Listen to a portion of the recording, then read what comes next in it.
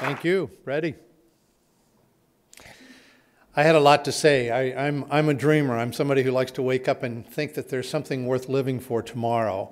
And for me, that's always been the idea that you might make the world a better place for somebody, reduce suffering maybe, and give them something to look forward to.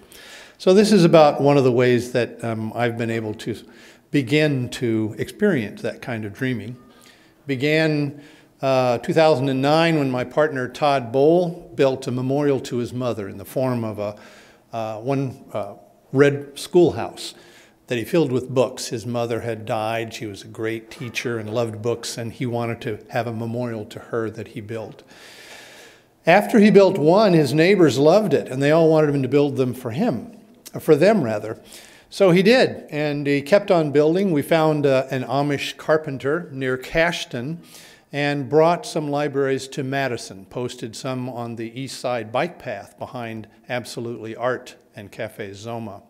The word got around after we visited the Willie Street Fair, and people like Kristen Joyner and Rachel Martin here bought some of the first libraries that were built by Henry Miller. And they put them in their yards. They loved them. And they found that we suddenly had a mission, and that mission was to build a sense of community, promote reading for kids, literacy for adults, and libraries around the world. Here was one of our first success stories, my dentist. I talked about him. He said, what a great idea, and he got one for the neighborhood. He's a very community-oriented guy and has loved seeing people come and take and give books. There were other families in Minnesota. My partner actually lives and works in Hudson, right across the St. Croix River from the Twin Cities. And we found people like this family that built a little free library to exchange books with their neighbors in a place that looked like their house. Here is Todd, my partner at the Glendale Elementary School, a safe haven program that an AmeriCorps worker built a garden with the kids who went to school there and the little shed that he and his father built. And they said, we've seen the little libraries, we'd like to share books with the neighbors, and this is what began to develop. Here is Daniel and Tom. Here are Daniel and Tom. Daniel and Tom built this little library on the east side of Madison in Tom's basement. And it was so popular that they had to build a second one for children. And at 3 o'clock in the morning, they heard noises outside, and they found someone putting books in and taking them out. Here's the first of the second group of libraries we built. People wanted to paint their own and decorate them so that they could feel a sense of ownership and their neighbors would be able to participate. And you can see probably 170 of them around Madison, some looking like this, but some are also painted like this. Some of you may know Helen Klebsuttle. She painted this to represent the 4 seasons of prairie flowers.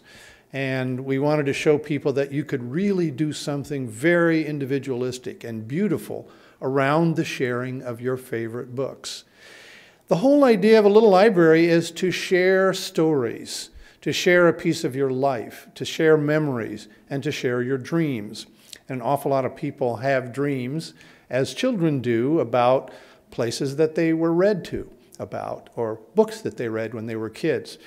We have some libraries that are being built in the form of Green Gables. Some of you remember that story. But look at all the kinds of libraries that people do build.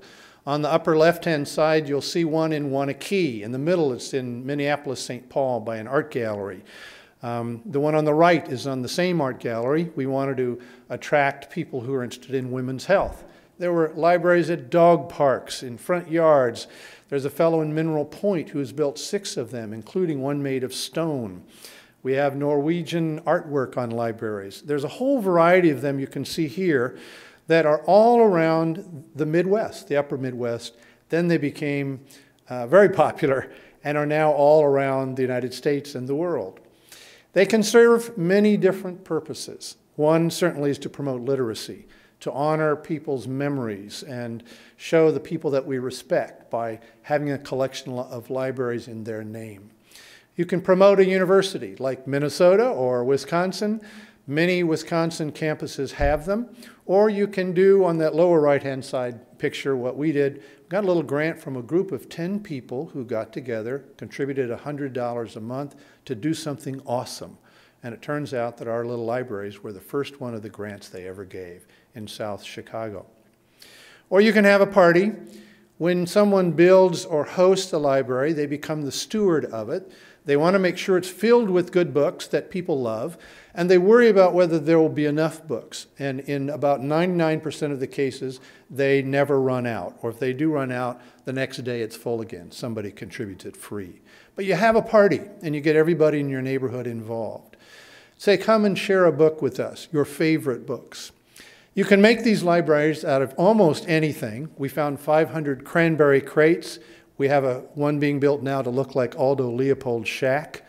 They have been built from microwaves, refrigerators, beehives, canoes, gas pumps. One looks like a giant rooster. They're in any possible shape you can ever imagine. You'll see what happens in a neighborhood when a little library comes. Children love it, old people love it, middle-aged people love it, people who rarely get out of their homes love it. And what happens is a little idea, a box full of books to remember one's mother, turns into an international movement that has so many libraries, you can't really know them all.